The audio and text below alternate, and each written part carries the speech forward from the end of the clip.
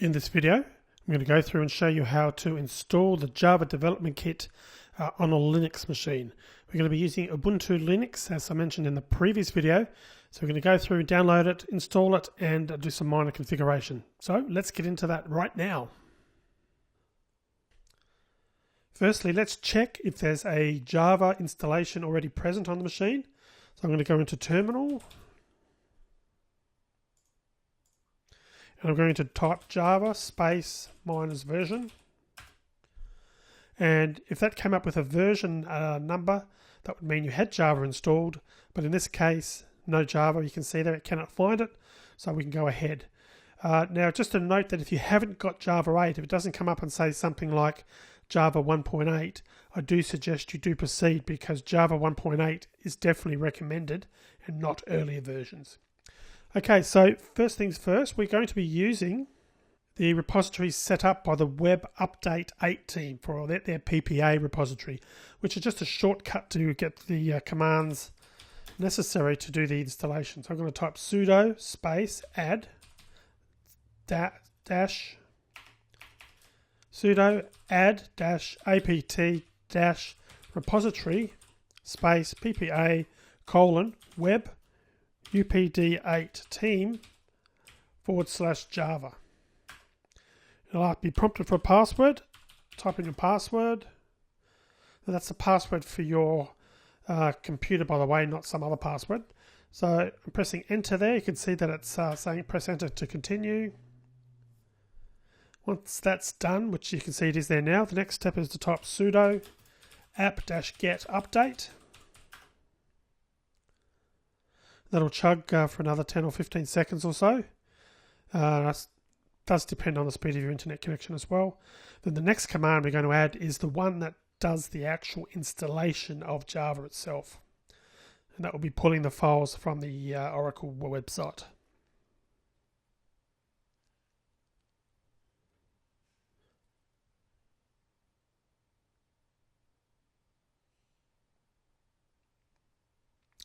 Okay, that's completed. Type in sudo space apt-get, I should say, install Oracle Java 8 installer. That's going to ask me, are you sure you want to do that? I can just press enter, or I can type Y and press enter. And it's going to ask me to accept the license agreement. So I'm pressing enter there on that screen and moving the left arrow over to the left to say yes, I agree to their terms. Their license terms, and we should find it'll start downloading. Now it's a fairly chunky file. It does depend on the speed of your internet connection as to how fast, or how long rather, it will take.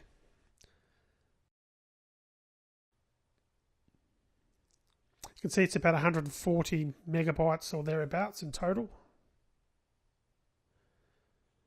So once that's done, that will do a final installation for us. We're going to check the Java version to make sure that the Java can be seen and we've got the right version.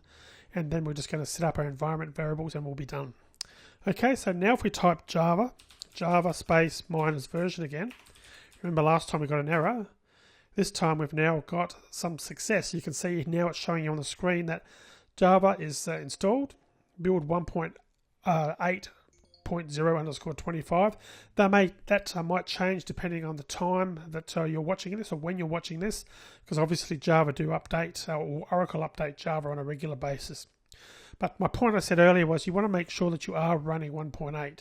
So if you're running an earlier version, if this 1.8 was 1.7 or something like that, I do suggest you upgrade to 1.8. Okay, last thing we need to do is set up the environment variables, and thankfully that's easy as well. Type sudo space apt-get and Oracle Java 8 set default. So it's Java 8 -set default. Enter. And whoops, I forgot a command there. The Java after the apt-get, I should have the word install because that's what we want to do.